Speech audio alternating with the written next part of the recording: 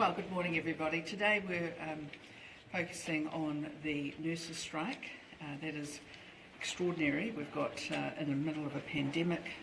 We've got a vaccine rollout that we'd like to all know more about, and we have nurses on strike because the government is seen not to be listening to them, but instead more focused on spending money on restructuring a health system in the middle of a pandemic. So it's one of the issues that nurses have been contacting us about. They feel undervalued, unloved, disrespected, and they don't understand why the government is focused on restructuring rather than actually just getting their wages paid. When you spoke to Nick Smith the Friday before he resigned, did you leave him with the impression that the media had a story about him that was going to drop on the Tuesday? Well, as I've said on numerous occasions, I don't discuss any of the conversations I might or might not have with my caucus colleagues. But can you see why in this case there is a public interest argument to do it? Because if you called his bluff and forced his resignation, there are some serious questions to be answered on that. It's very clear I do not discuss any discussions or not that I have or don't have with my caucus colleagues. Can you rule it out then? Can you just rule out that you didn't tell Nick Smith that there was a story that was going to drop on Tuesday? I'm going to make it very clear one more time, which is that I do not discuss any conversations I might or might not have with my caucus colleagues. So you may have left Nick Smith with the impression that a story was coming out on Tuesday, a leaked inquiry that wasn't with the media. It's a very long bow to draw, and I will not be going down that Did you path. speak with Nick Smith? So Nick's, I understand Nick is coming for a valedictory on Thursday, and I've rearranged my diary to make sure I'm here for him. And we will obviously want to celebrate his 31-year career with him afterwards. Can you just confirm that you spoke to him? Was good for Māori? Well, I don't know that many Māori would think that, but I noticed that Paul Goldsmith's comments, he's clarified those on his Facebook page and given it the context. Most colonised people don't feel that colonisation works well for them. I certainly think the Irish don't, and nor do many Indians. But I think, however, that when we look at the Treaty of Waitangi, it's a very unusual thing to have in terms of colonisation, where there was actually an agreement between two peoples. And when I think about it in context, am I proud of the work that National has done in addressing the injustices of the past? Yes, I am. Am I proud of of many of the achievements that New Zealand together has been able to achieve? Yes, I am. But I'm also very aware that there were massive injustices and particularly breaches of the treaty. Have you spoken to Paul Goldsmith? Have you spoken to Paul to have an Goldsmith? MP talking about colonisation being good Would you for look down this Māori? way, please, Ms. Collins? Well, I think that Paul Goldsmith has clarified what he was talking about. Paul is an historian, so he's going to look at the whole of the I guess the whole issue without. And he was talking about, is he proud of New Zealand? And I think that we're all proud of New Zealand, but there are loads of things that we could improve, and one of them is we could have a much better government that actually delivers on what it promises. Have you spoken? Sorry for the cameras. Is it all right? Yeah. Have you spoken to Paul Goldsmith about his comments? Well, as I've said on numerous occasions, any discussions I have with my caucus colleagues might or might not have are private. Do you think, as a historian, he looked at rangiriri, rua, peka peka, or even the houses that were burned in the 50s in Auckland to create a reserve? Do you think he was looking at all of those parts of colonisation when he decided to make those comments? Well, I don't know. You'd have to ask him. Do you think that colonisation is good for Māori? Well, I don't know that I would say that, but I do think that New Zealand today is significantly better than many other countries. And I think that we have, as a country, we've fought very hard, I think, as a country to come together as peoples and as a New Zealand people, with our differences and our ethnic differences and backgrounds in there. But am I proud of New Zealand's results? Significantly more than I would be of many other countries. How real is the risk of nurses leaving for Australia? Very real, actually. It's a very real risk. It's really clear to me that the Australian government and the Australian health system is very much values New Zealand nurses, and we also understand anecdotally that there are senior nurses are already being targeted, and they're being targeted with better wages, better working conditions, and a government that values nurses. Do you think the National has done enough over the journey to have credibility on this issue? Well, I think we certainly have, in that we wouldn't have employed the 10,000 extra bureaucrats that the government did, and we wouldn't have put up a silly story that they were protecting the border when they weren't actually even at a border. What about The pay during the government key has- years, though? What about pay during the key years? Well, you'd have to go back to that. Sorry. The government has, it's kind of on the same lines. The government has said that it just doesn't have the money to do anything other than some pay restraint this time round, and they got a generous increase in the last negotiations. Do you think that that is legitimate, given National 2 deployed that practice after the global financial crisis? Well, we had the global financial crisis, and the government, in the middle of a pandemic, is restructuring a health system and spending a tremendous amount of money, about $500 million, on restructuring or starting their restructure. I can understand why nurses are saying, hang on, these are health dollars and you're spending them on a restructure. They don't understand that. And then we've got the nurses had to work during the lockdowns. The nurses being asked to be involved in the vaccination programs. The nurses are asked to keep on working, and yet costs of living have gone through the roof. And they saw a budget that gave a big increase to beneficiaries, and they're saying, well, hang on, our costs of living have gone up as well. So I can understand why they would be frustrated, and if the government has a problem, you know, they've already got in the government, they've got all these union people as MPs, they should go and talk to them. Has So the would National Party got a National problem pay, would National pay the nurses? Well, I think if we wouldn't have been spending the money that the government has spent, we would like to be able to do that if we could do it. But the other The thing Prime is, Minister said we the same probably, thing this morning. They'd like to pay the nurses more, but they don't have the money for it. Well, we would you wouldn't have had pay the nurses more? well, we wouldn't have had the increase in the cost of living that nurses are experiencing. Like anybody who has to buy accommodation, pay for their own accommodation, has to buy their own food, has to build these things, they're all big costs, and a lot of that has been put on by a government and the policies of the last 4 years. Failed policies that have led to an increase in the cost of living and a decrease in the standard of living. Has the National Party got a problem with What about the bullying? call on and- other public service, the broader public service, police, teachers, or other skilled people, especially with the Trans-Tasman bubble? I mean, is there a risk that we're going to lose a lot of capacity? Yeah, there is actually a real risk. When I met with Scott Morrison, the Australian Prime Minister, the other week, he was really clear that even around RSE workers, that if New Zealand doesn't pick people up, then they'll come for them. And the answer is because Australia is trying to grow its economy. Its budget was about growing the economy, building it. And the government's budget was all about paying out more money to people on benefits, and it was very much about this is as good as it gets. On the Hut South electorate issue, do you think that there should be an independent look into this? There have been multiple calls that it has been labelled as fraud. Well, it seems all very odd. I think it probably is a good time to have a look at not only that one but any others that might be of concern. I guess it's pretty difficult for the Speaker of the House, since he was the one who was involved in that whole setup, to distance himself from it. But I've also said that he should go as well, so I guess that could be a good time to do it. Is it important, though, that it is independent, that it's not Parliamentary Service investigating itself? It's very hard for Parliamentary Service to investigate itself, particularly when the person who set up the whole arrangement is the effective Minister of Parliamentary Service. Has the National Party got a problem? staffers that were tied up in the Parliamentary Service inquiry around Nick Smith both lost their jobs at the election. Did they lose their jobs and did National not want them back because of the inquiry that they were involved in? Certainly not. Does the National Party have a problem with bullying and bad behaviour? I think that every political party has had to wrestle with some of these issues. I mean, obviously, we've had Trevor Mallard's appalling bullying of a former staff member of Parliamentary Service. That's actually destroyed that man's career. And then we've, of course, had the issue, if you're looking as well, of Mecca Whaitiri and the allegations around that. So there are, I think, across Parliamentary Service, like any workplace, there are going to be issues.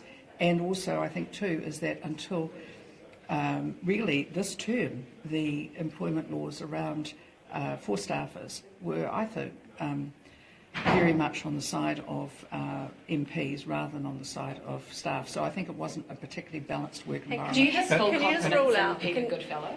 Yes, I do. It's a tough job. In Do you terms think of they the probably- selection process, though, Does in terms of the selection process, do you have issues with that, and isn't he ultimately responsible? Well, the selection process itself is actually mandated in the rules of the National Party.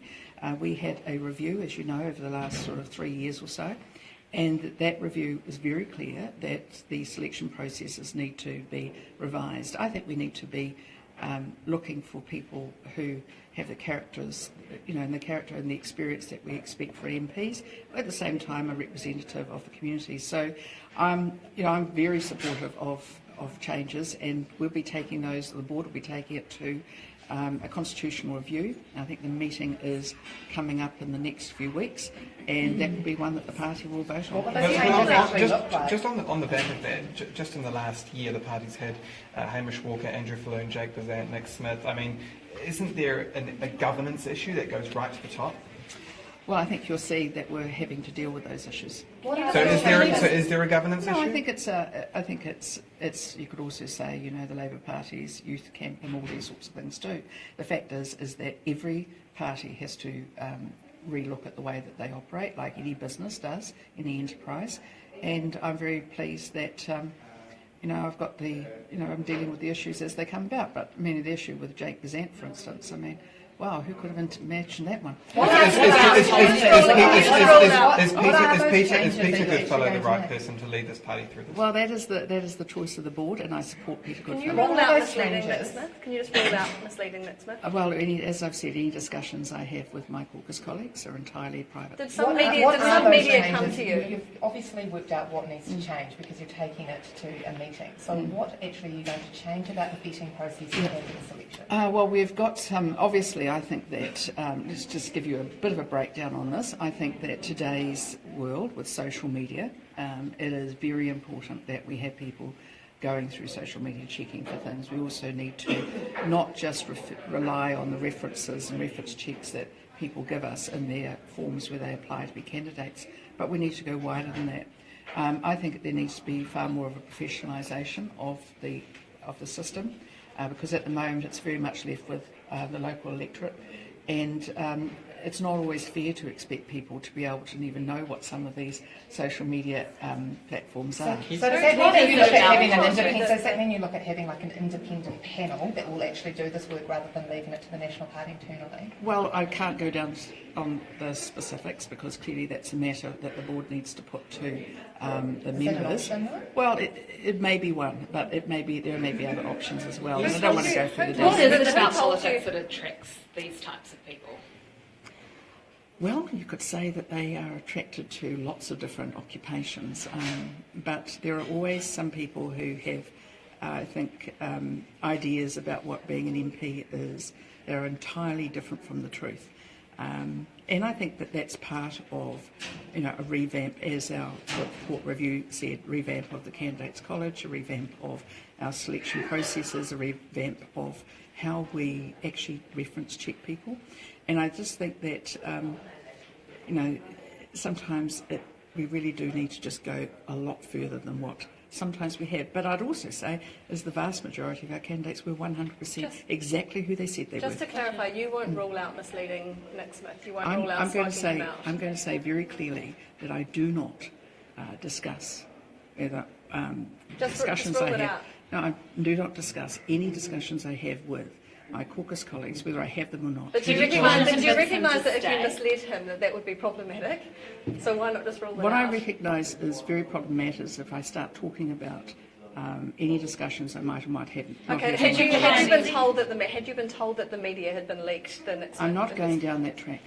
Just for Dr. Shane Detty, what do you make of colonisation? Do you agree that it was good for Māori? I think, as we've heard the leader say at a number of regional speeches, many Māori have been affected by colonisation, a number of them with breaches of the treaty, and treaty settlements are some attempt at redress for that. Do you think it's appropriate for a non-Māori member of your party to decide whether or not it was good for Māori? I think anyone's allowed to have a view on the relationship with Māori, and Paul's expressing his view. What do you think of that? I've expressed in my view and our view that many Māori have been affected by colonisation. Have you expressed that to him? Did you have a talk to him about that over the weekend? I haven't had a conversation with Paul. Will you? If I did, I wouldn't be discussing it anyway, because we don't discuss conversations with colleagues. Many Māori have been affected by colonisation negatively, you presume you mean? That's what I'm saying, correct. So that's what we've said in the speeches. Mm-hmm. Judith Collins, is Nick Smith's departure, is it a bad thing for the National Party, or is it part of the revitalisation that the party needs to go through to win government again? Well, in some ways it's very bad because Nick has been leading our policy work now for some years. He has been an incredible mainstay of that and has been incredibly helpful to me, particularly since I've been the leader in terms of that work. But there's also, it happens in politics. People leave after 31 years. Nobody could say that that was anything less than an incredible innings. And in terms of renewal, well, that just comes to politics. Did you try and Who would you convince prefer to him have in to the stay? party? Did you try and convince him to stay? Oh, he'd made his decision. Who would So you you prefer to didn't have? try Who and would you convince prefer He to made his stay on? decision. Who would you prefer to have in the caucus, Haretse Hipanga or Nick Smith? Just the best people for the job. Were you under the impression that that inquiry was going to leak? Had someone told you that? Look, I'm not going down that track anymore.